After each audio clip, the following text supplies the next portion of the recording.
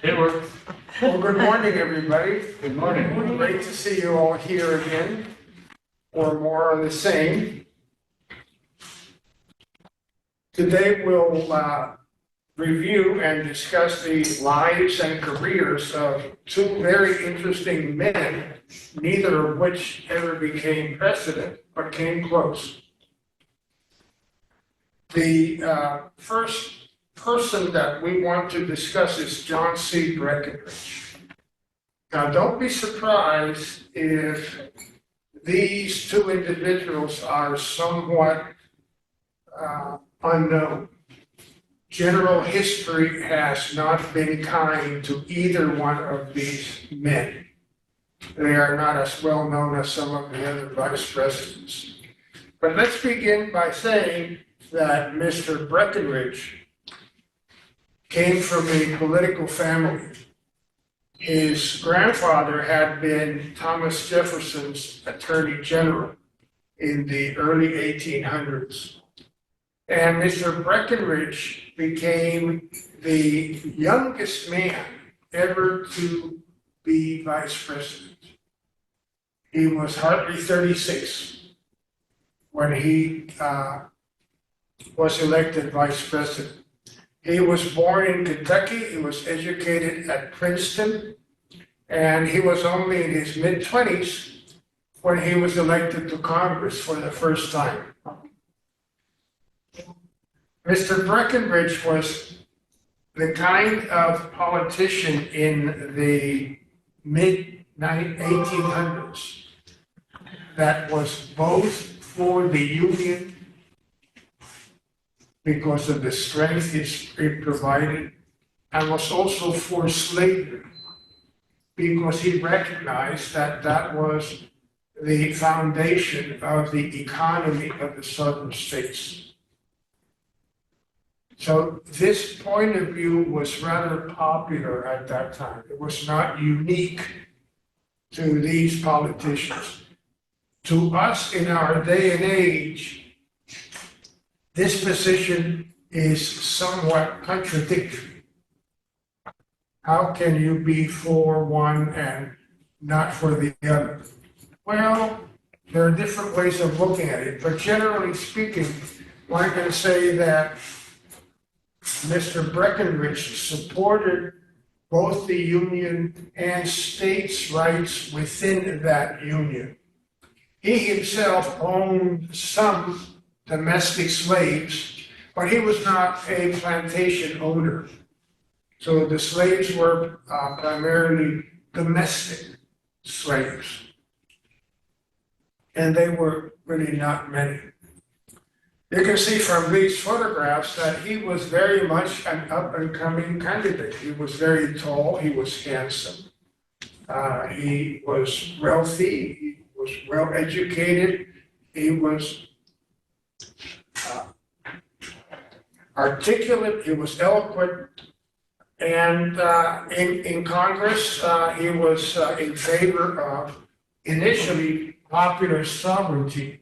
Popular sovereignty is that theory that says that the residents of a territory can decide whether they want slavery or no slavery when the state is ready to become, or when the territory is ready to become a state. Very democratic, in our opinion, but then on the other hand, it takes away that power from Congress. If the power is in the people, the power is not in Congress. So that's why there was a lot of conflict over that concept. He supported the Kansas-Nebraska Act in Congress. This is something that we discussed in the secession review, but let's just review this briefly. When the bills to organize the Kansas and Nebraska territories in 1853 were introduced, the territory allowed to Kansas was relatively small compared to the territory allowed to Nebraska, which was very, very large. The other issue about the Kansas-Nebraska Act was that it would potentially allow slavery north of the 3630 parallel, which was specifically noted in the Missouri Compromise of 1820. So after the Missouri Compromise of 1820, there would be no slavery north of 3630. Slavery would only be allowed below the 3630 parallel. The Nebraska or the Kansas-Nebraska Act would nullify that, say that does not hold anymore. So that also created a lot of political conflict. So those were his positions in Congress. He was nominated in 1856 by the Democratic Party because Buchanan was old, but then Breckinridge was young. Buchanan was an old fogey, but then Breckinridge was up and coming. He was tall and handsome. Buchanan was from the North, a Northern Democrat, and Breckinridge was from the border states. He was also a friend of the Southern states, too. So one and the other would balance their positions, and they were acceptable to both the North and Southern branches of the Democratic Party. Throughout the fall of 1856, Breckinridge campaigned extensively in the North and gave many speeches. He also warned that the election of any Republican, not just General Fremont, but any Republican, would result in disunion and secession. This was the same thing that Millard Fillmore used to preach. So this is what happened with the election of 1856. The Democrats won with 45% of the vote, certainly not a majority. And this is something we see in the 19th century over and over and over again, that presidents get elected without a majority in the popular vote. They do have a majority in the Electoral College, but not a majority in the popular vote. The Republicans pulled 1,000,003, 33% of the vote. And Millard Fillmore, whom we discussed last week, was able to draw 22% of the vote, even though he personally did not campaign and was not interested in running. Well, we've seen this before, this map. We can see that again, which shows that the Republicans, the ones in pink or red or whatever you want to call it, won New England and most of the Great Lakes states. The rest, including Pennsylvania, Illinois, and Indiana, went to the Democrats except for Maryland. But the key to this map, which we mentioned last week, as I recall, is that if the Republicans in the following election can turn Pennsylvania and Indiana, that's 40 electoral votes, and keep what they had, they would win the election. All that they had to do was turn Pennsylvania. Remember, Buchanan was from Pennsylvania. So he was a favorite son and expected to carry the state. But if the Republicans just held on to New England and the Great Lakes states and flipped Pennsylvania and Indiana, they would win the presidency. Now, these facts were not lost on the southern states. Everybody knew it. Everybody, it was very, very clear, as clear as day, that things were going to change if they could just flip those two states. Breckinridge was elected, though, and inaugurated in 1857, but immediately he was marginalized and ignored. He never met with Buchanan privately. Never. Actually, he went to the White House once and said, excuse me, I'm the vice president. I would like to meet with the president if he has a minute. And he was told, go call on the president's niece. She is the one that is handling all kinds of appointments. In other words, go away. We're not interested. You have no position here. Go back to the Senate, sit over there and pout. So he was turned away from the White House when he was just seeking to have a conversation with the president. And this was generally the rule for most of the 19th century and the early part of the 20th century. Vice presidents really were given very, very little attention because they constitutionally carried no weight. While vice presidents, Breckinridge sided with Buchanan and clashed with Stephen Douglas over Kansas, Nebraska, and the Constitution that they were trying to push. Originally, these two, Breckinridge and Douglas, looked or saw eye to eye as far as popular sovereignty. They both agreed that it's the public who should decide whether or not to allow slavery in the territory.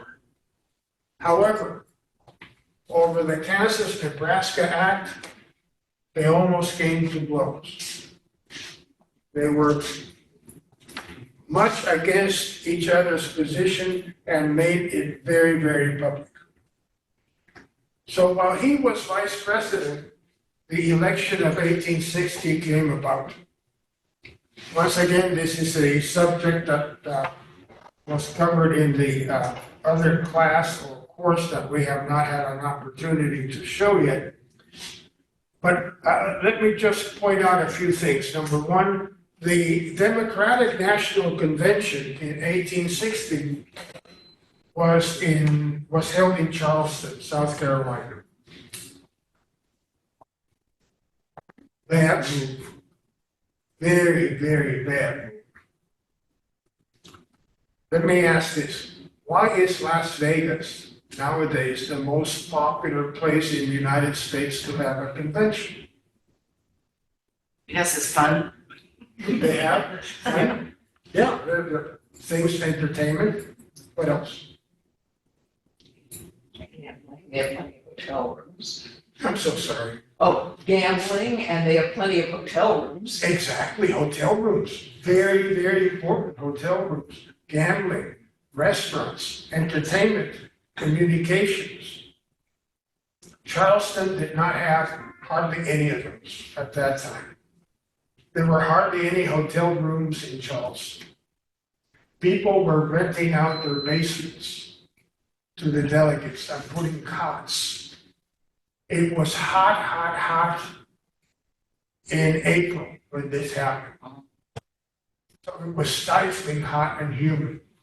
Not only that, the communications by train were rather circuitous.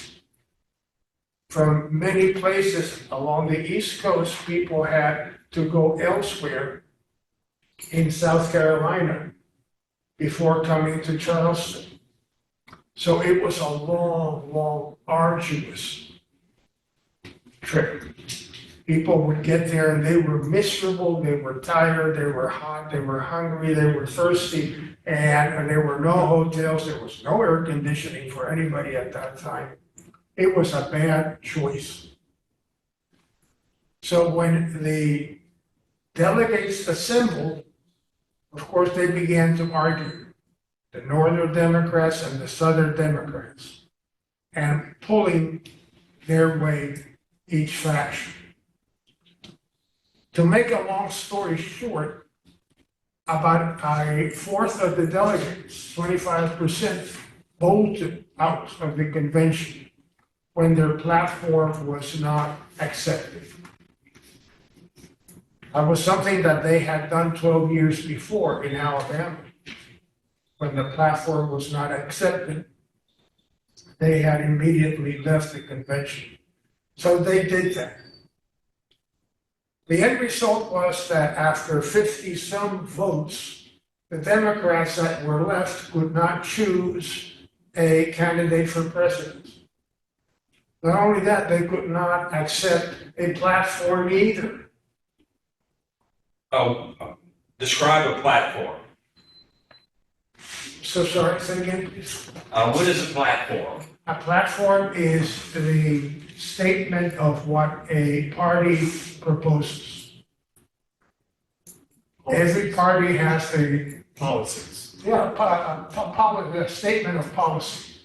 We, the Democratic Party, are in favor of free this, free that, free something else. Or we, the Republican Party, are in favor of legal immigration, on and on and on. It's a statement of what the party is for. Back then, did they have a different platform with each presidential campaign? Yes, they all had each platform. Each party had their own platform. In 1860, the Republican Party's platform was for congressional sovereignty, transcontinental railroad, internal improvements, that kind of thing.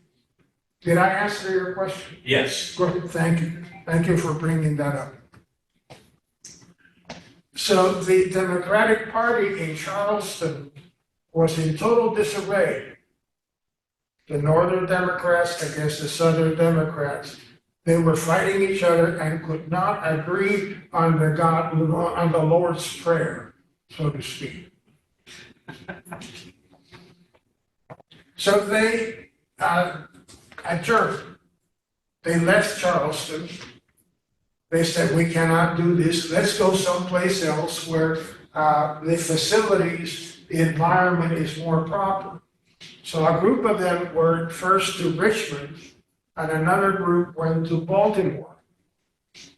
Baltimore had more hotel rooms, had more restaurants, had crab cakes, had the Orioles, and had the Ravens, and all those things. So they felt a lot more comfortable in Baltimore than anywhere else. The people in Richmond who joined in Richmond also fought with each other. And most of them left Richmond and went to Baltimore to see what that group was doing. So there was a split even in those that had already split from the Democratic Party. In any event, in Baltimore, the Northern Democrats nominated Stephen Douglas for president, and the Southern Democrats nominated John C. Breckinridge for president. Yet, there was another group, the Union Party, that nominated John Bell for president. So in the election of 1860, there were 4 political parties vying for the presidency. And this is what happened. Lincoln and the Republicans won, but only with 40% of the vote. We need to remember that. Lincoln was really a minority president. He only pulled 40% of the vote. He did have, however, a definite majority in the Electoral College, 180. Douglas, 29%, Breckinridge, 18% and 72 electoral votes, and the Constitutional Union Party, 39 electoral votes. So even if the other three would have remained together, Lincoln and the Republicans would have won the election. The strategy worked.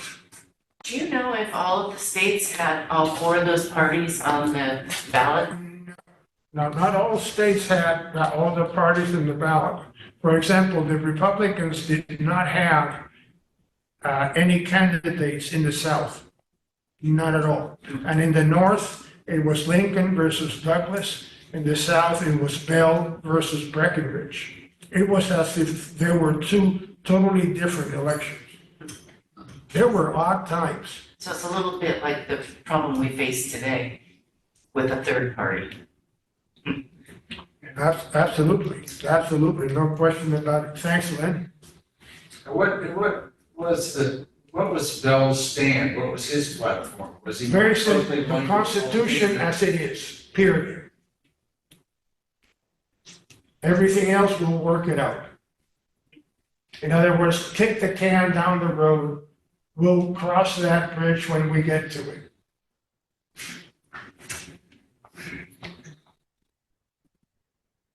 But the strategy worked.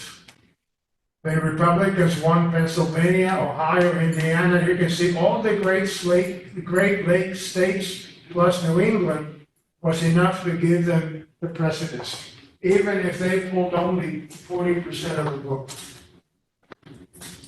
That's how Lincoln got elected. And of course, Mr. Breckinridge, who was vice president at that time, had to certify the election. As vice president, he did preside over the Senate during the secession debates. Remember, the new president and vice president would take office on March 4th. So throughout December, January, February, Congress would be in session, but the lame duck president and vice president would still be in office.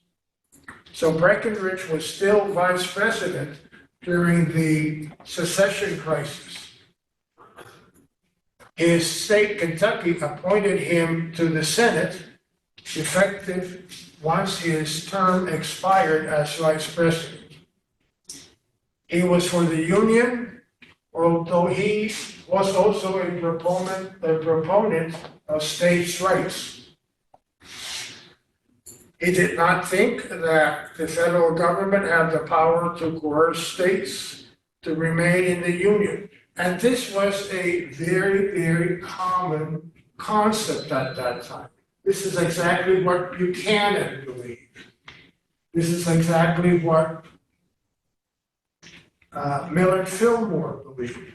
This was not outlandish, that the federal government did not have the power to keep a state in the Union by force. Now, once Lincoln called for volunteers after Fort Sumter was shelled, all things changed. Because it was very obvious that the federal government was going to use force to keep the border states in the Union. And Mr. Breckinridge at this point changed his beliefs. He still believed that the southern states had the right to secede. He still believed that the Union did not have the power to use force. So he made it very clear, I'm with the South. Who is that guy? Breckinridge, that's Breckinridge. His mustache grew as he grew older. Handlebar mustache. Yeah. So while he was in the Senate, that is, once his term expired, he became a senator. And as a senator, he stayed in Washington because remember, Kentucky did not secede from the Union. Kentucky was one of 6 slave states that stayed in the Union. You remember that from your American history. Right? Missouri did not secede. Maryland did not secede. Kentucky, we said that Kentucky, Delaware did not secede. One more.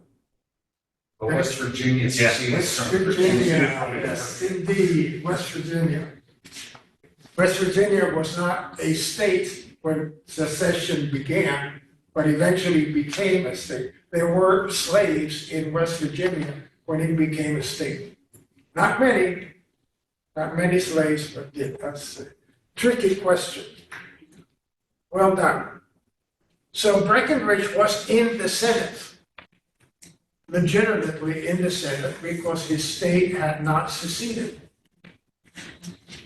He tried to limit the power of the government and urged the government to withdraw from the seceding states.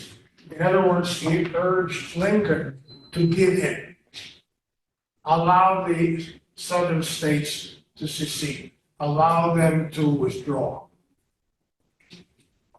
He spoke against martial law, and he warned that the border states, Missouri, Kentucky, etc., might secede if there was military action against the southern states.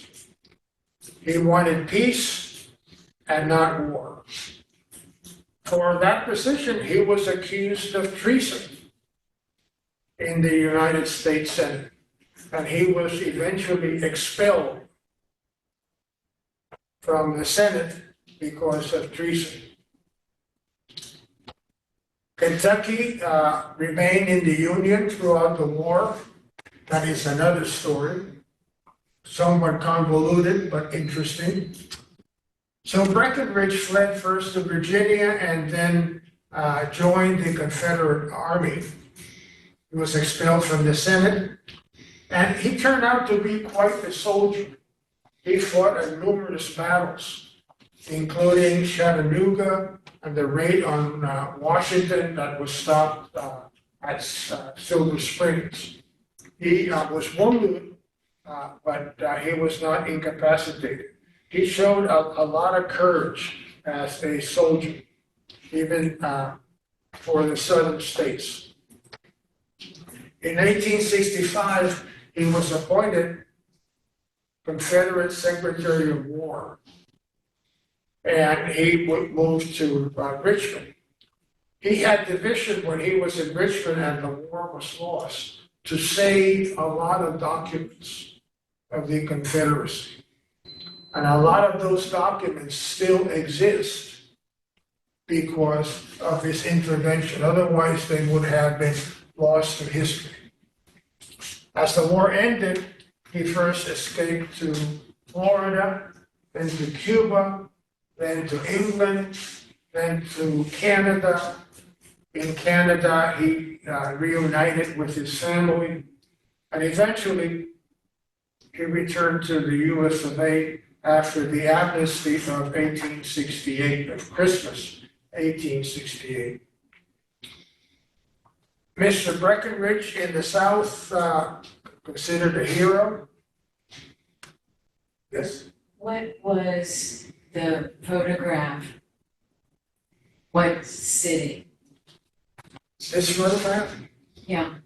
Towards the end of the war, Richmond. This is Richmond towards the end of the war.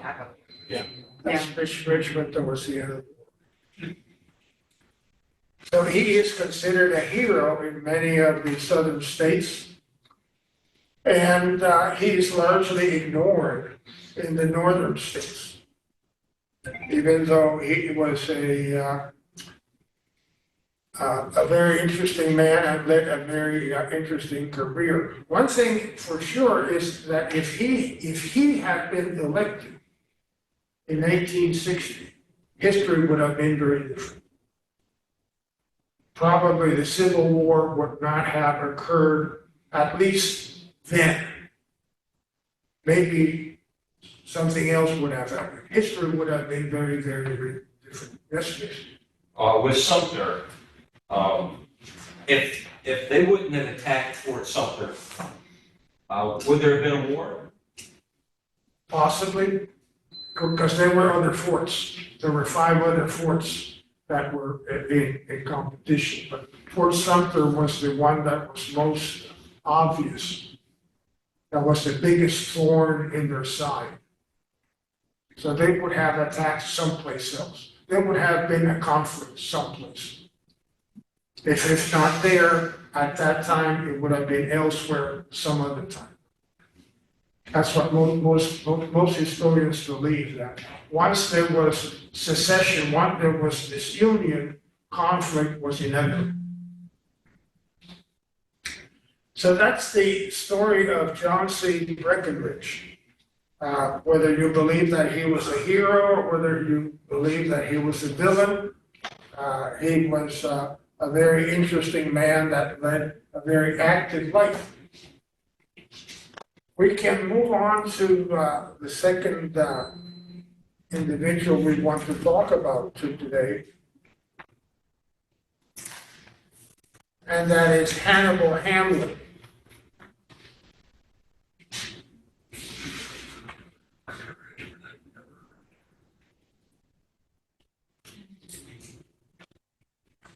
Well, I sure thought I had him up in the screen, but.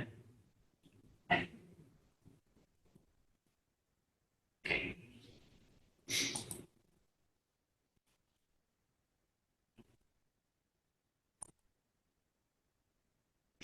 Where is this statue of Breckinridge? Is that in Richmond? No, it's in Kentucky. It's in Kentucky. I think that's in, Yeah, I can't read most of I think it's Louisville. Thank you. Well done. Well, I'm not sure if it's. So Wendy, are you seeing this new one? Yep, I am. Okay, thank you. Let me just go ahead and swipe my.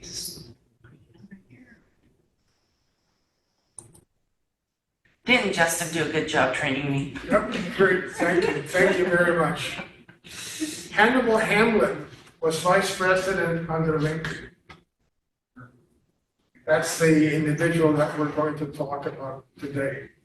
And he gets very little coverage in the history books.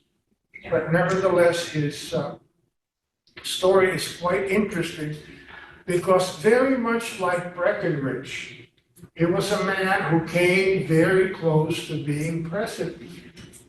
Actually, 6 weeks.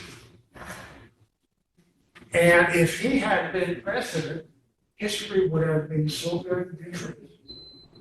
So very, very, very different. He was born in Maine in 1809, and at that time, Maine was not a state, but was rather a district of Massachusetts. Even though Maine and Massachusetts were not joined by land, Maine actually was owned by Massachusetts. He became an orphan at an early age, and he quit school to work the family farm. Eventually, he bought a newspaper, the Oxford Jeffersonian, and was the editor of the newspaper. He read or studied the law and was eventually in his 20s admitted to the bar in Maine and Massachusetts. As a young man, he was elected first to the House of Representatives. In the House of Representatives in Maine, he made a name for himself by advocating against the death penalty and advocating for the emancipation of slaves. Slavery at that time existed in many, many states. Not in all the states, but in the first part of the 19th century, many of the northern states still had slaves. He was elected to the House in 1843. You can see that he made a rather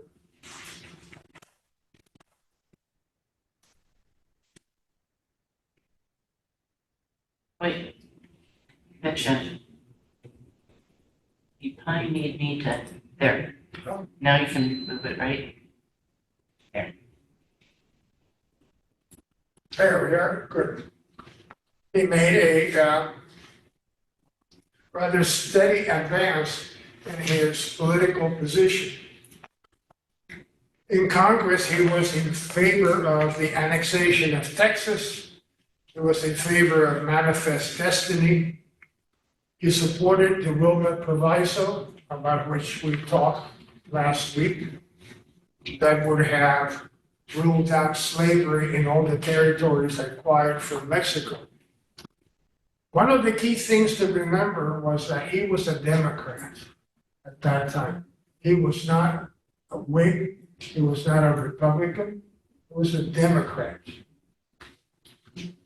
As a Democrat, he was appointed to the Senate in 1848 purely on his anti-slavery position. The Northern Democrats were very much against slavery. The Southern Democrats were very much in favor of slavery. Hannibal Hamlin was appointed purely on his anti-slavery position.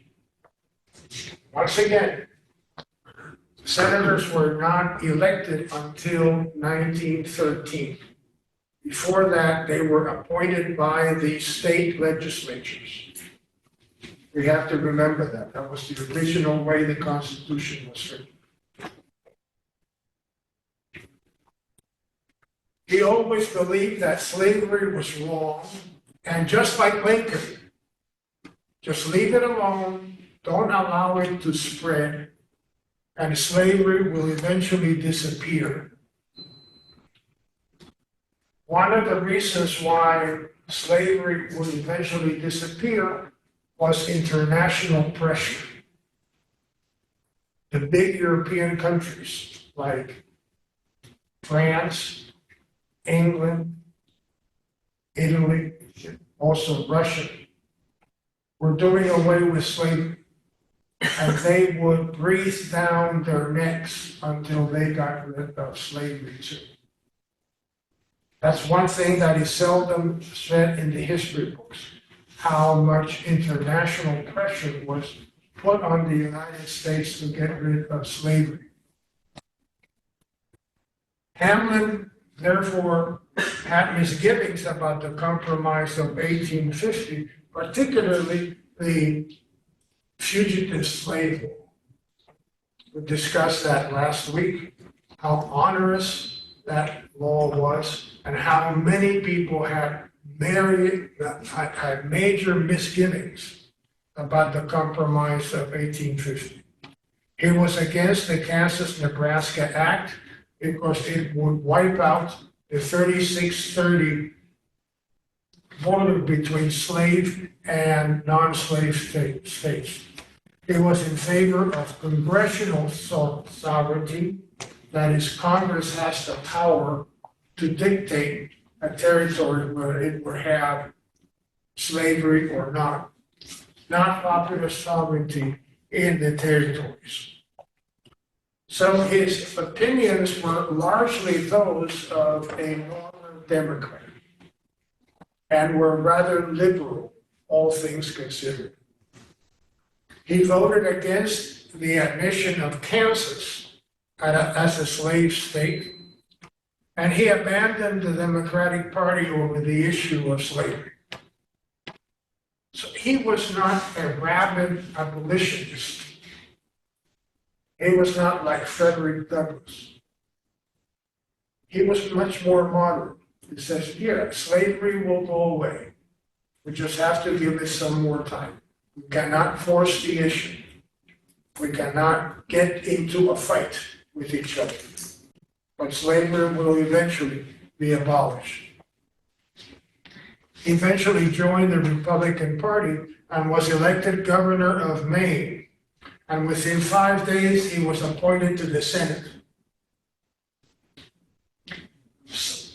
Some people who have written about this claim that the whole thing was staged. It may have been, because the coincidence is just too coincidental that this man was elected governor one day and 5 days later he was appointed to the US Senate.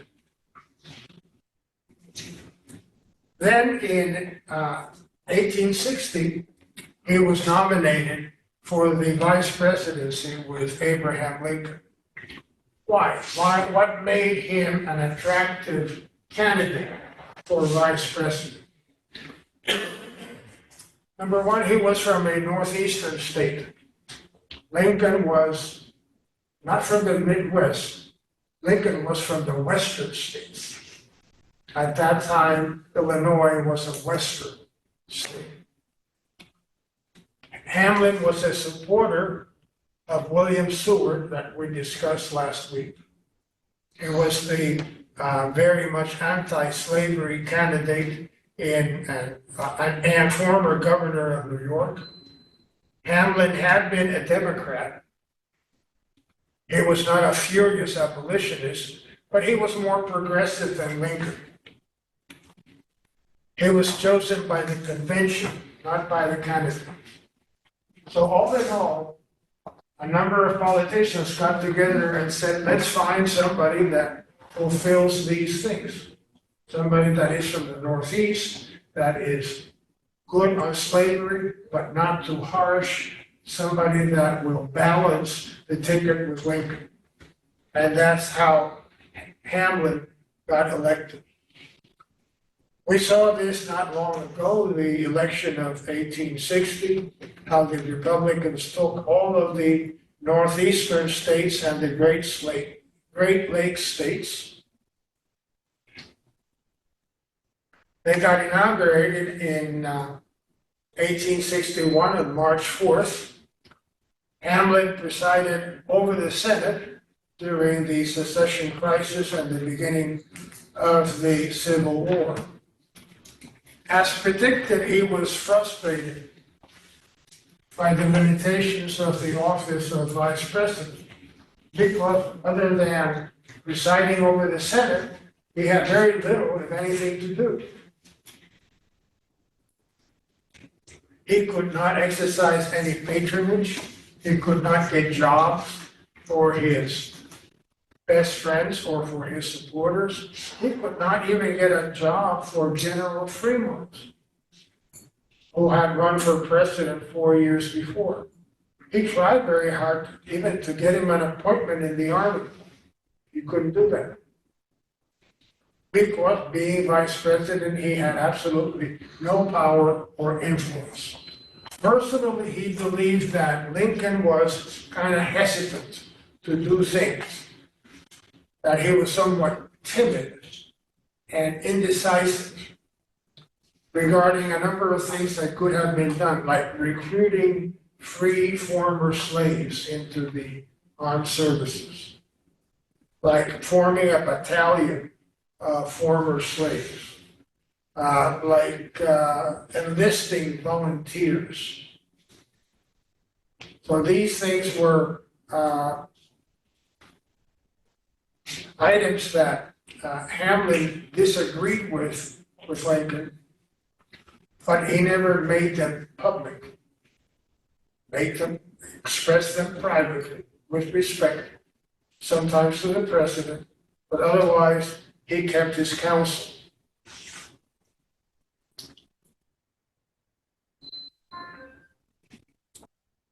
When Lincoln drew the Emancipation Proclamation, he showed the draft to Hamlin. Remember, Hamlin was very much for emancipation, and Hamlin was very impressed. He personally enlisted as a private in the Coast Guard, and actually he showed up for service when the Coast Guard unit was called. Even though he was vice president in Washington, he was in Maine, Coast Guard was called, he showed up as a good citizen should do. But he was not nominated for vice president in 1864. And this is one of the tragic stories of American history. What happened? In 1864, the beginning of 1864, Lincoln was pretty sure he was not going to be elected. And this, he put it down in writing, he told a number of people, he was very, very skeptical that he would be reelected. So he looked for ways to enhance his popularity. One of them was that the Republican Party was then called the National Union Party, changed the name of the party. The other thing was to change the vice president. And instead of Hamlin, who came from a very safe Republican district, Maine was safe, Maine was Republican, they were going to win Maine, regardless of who the vice presidential candidate was. He wanted Andrew Johnson as candidate for vice president. Why? Johnson was a Democrat. Johnson never became a Republican. Johnson was a Democrat. Johnson came from Tennessee. That was a slave state. Not only was Tennessee a slave state, Tennessee was a state that had seceded from the Union. And with that, they felt they were sending France and Britain a message. The Union is not broken. The Confederacy is not going to survive. You do not need to recognize the Confederacy or deal with them. Johnson was also a solid Unionist who had been military governor of Tennessee and was an able administrator.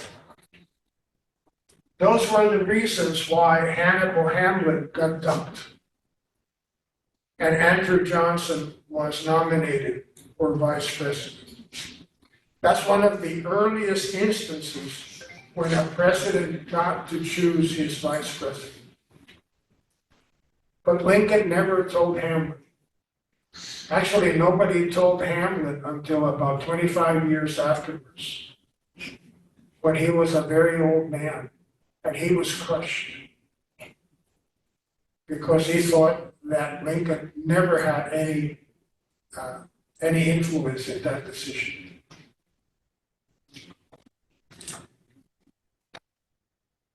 Hamlin campaigned for both Lincoln and Johnson, even though he was stumped from the ticket. He went out and campaigned for them. He gave speeches. He attended rallies. He shook hands. He kissed babies. He showed up with them. He was a good, loyal party man.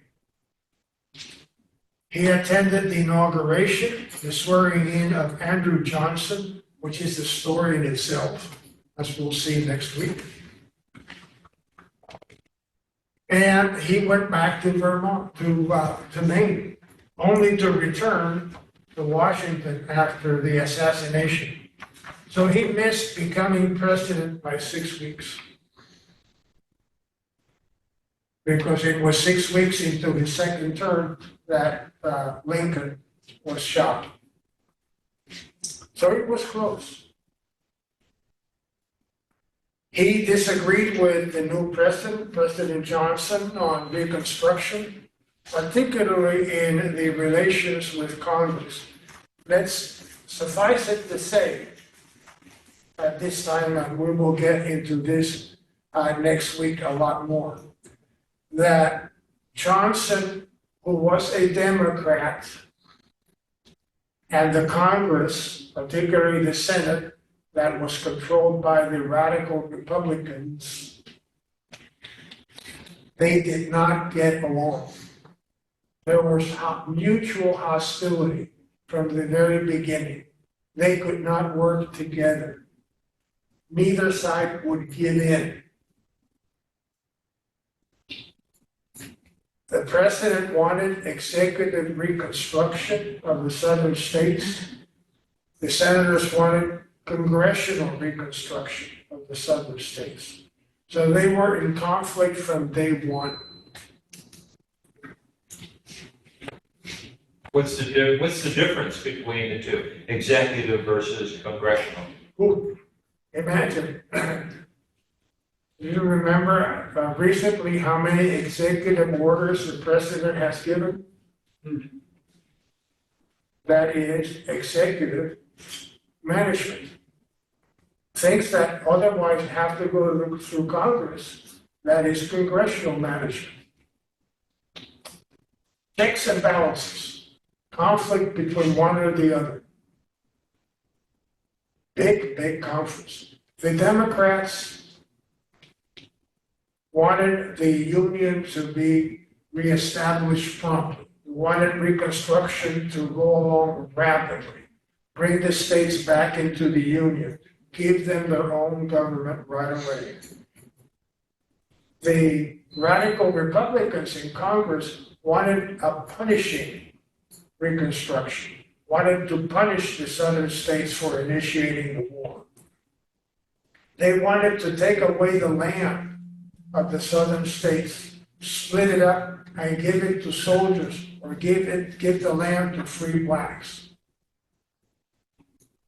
They wanted to really squish down the South and make it pay for the war.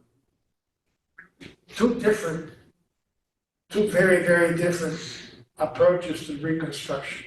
And we will touch on this next week again. Yes, please. Wasn't Andrew Johnson kind of following what Lincoln wanted? Was Andrew Johnson following what Lincoln wanted? Somewhat. Lincoln would have been more agreeable to compromise. But Johnson was a very hard-headed man, very man of great courage, a man of great determination, but very, very hard-headed and would not compromise. We all know men like that. Right? Absolutely, no question about it. So that was the issue.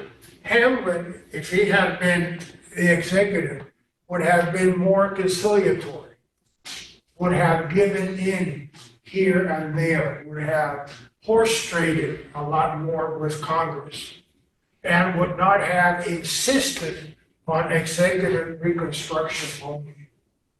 Part of the issue was that Lincoln got shot in April. Congress was not in session in April. Congress had adjourned. At that time, there was a short session and then a long session and a short session and a long session. So Congress was not in session. Congress would only begin in session the following December. So there were 8 months there where Congress was not in session.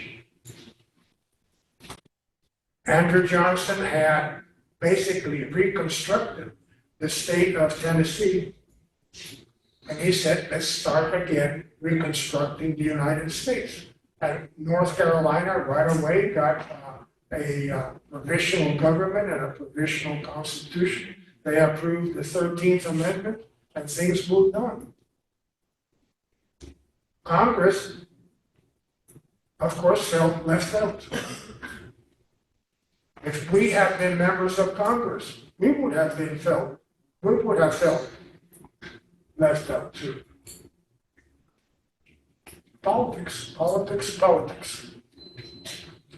So this is what happened then to Hamlin.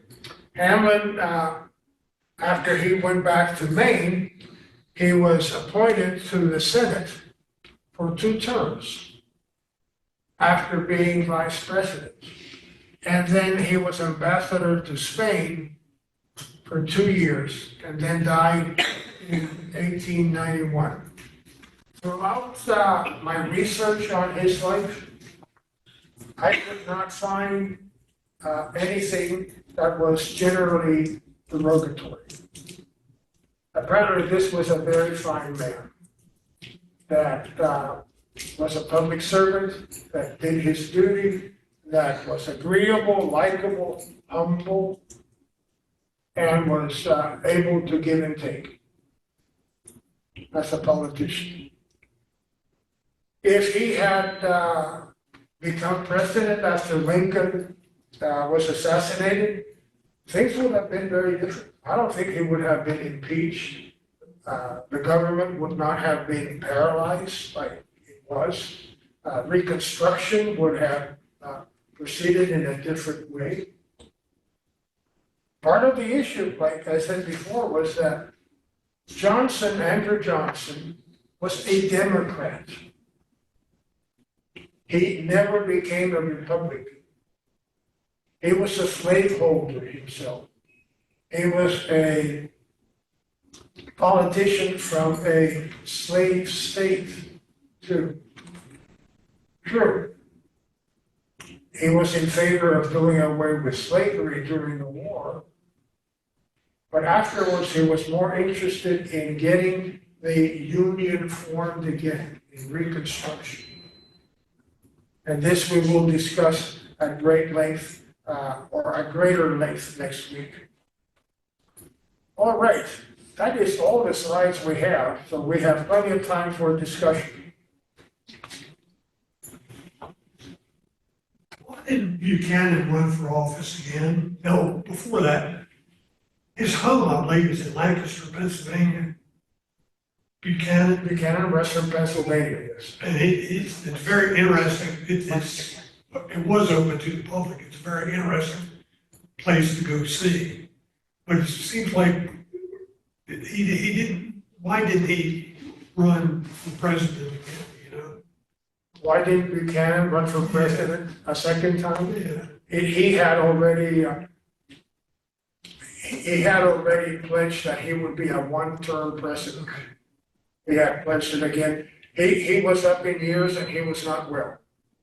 And it was his niece, Harriet Lane, was the first lady during his Correct. administration. I guess his wife had died or something. Right. He never married. Oh, okay. Buchanan never married, and he may have been our first gay president. Wait, who was our second? So sorry? Who was our second gay president? Not known. Okay. Not known or defined. Yeah. The interesting story is that the vice president we didn't cover, which was Rufus King, was Buchanan's roommate for 15 years. And Rufus King dies, 6 weeks after he became vice president? So Franklin Pierce doesn't really have a vice president. No, he was, Rufus King was, he was sick with tuberculosis when he was elected.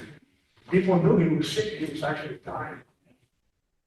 And he lasted, 6 weeks? Yeah. Something like that. He was not even in the country. Yeah. He was in Cuba at that time. So, yeah, we just did not have time Oh, well, I mean, 6 weeks, I mean, who cares? to do everything. The only interesting thing was that he was roommates with Buchanan for 15 years. Yeah, and there were a number of people with whom Lincoln slept. Yes. Because at that time, in hotels and the like, it was not unusual for men to sleep with men in the same bed. That was acceptable the same way that soldiers in submarines or in other facilities sleep in bunks nowadays, or use the same bunk over and over and over and over. It was acceptable at that time. Many of the things that are acceptable then would horrify us nowadays. And vice versa, some of the things that were absolutely despised at that time, we now accept. That's me. Did you think these men's slides were interesting? Yes. Yes, please. So the Republican Party, with Lincoln as the president, was it really just a matter that all the Republican states didn't want slavery? So it was really slavery against no slavery? That's a good question. But I wish I had a simple, straightforward answer. The whole issue at that time is twofold. One is the moral impact of slavery, the justice or injustice of slavery. And the other thing is economic. Because the whole economy of the South was built on slavery. There were 4 million slaves in 1860 in the United States. And on the average, at auctions and sales and the like, the average slave would go for about $1,000. So we're talking about $4 billion invested in slavery at that time. The northern states had a free economy. That is, workers got paid for their work. The southern states had a slave economy. Then there were those lands in the west that were being opened up. Thus, the conflict between slave states and free states. Thus, the conflict between congressional sovereignty or popular sovereignty. Who is going to control the economy in those new lands? The northern states and their free enterprise, or the southern states with their slave system? You see, therefore, that these issues come in considerable conflict and confrontation when it becomes a question of either pride or money.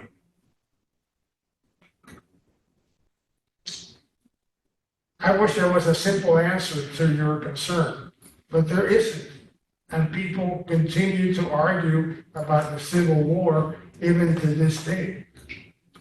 And they will continue to argue into the future, forever and ever, particularly with the issue of slavery or states' rights or the economic issues, one versus the other. We will talk about this next week to see the state of the nation that Andrew Johnson inherited. Andrew Johnson inherited a nation that was in shambles. The economy of the South was done. The farms had not been tended. There was no currency. People who had invested in the Confederate government and all those bonds, all that money was lost. It was gone.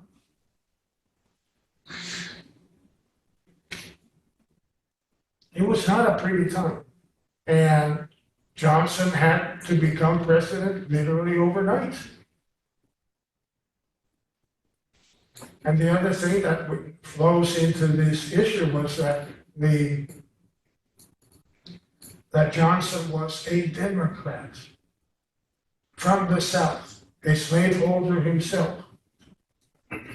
And the Congress, particularly the Senate, was controlled by the radical Republicans, the ones who wanted to punish the South for the Civil War. I wish there was an easy answer to your concern. Thank you. But we'll try to cover some of these things next week with Andrew Johnson. All right. Very interesting. Thank you. Thank you very much. Thank you. Thank you.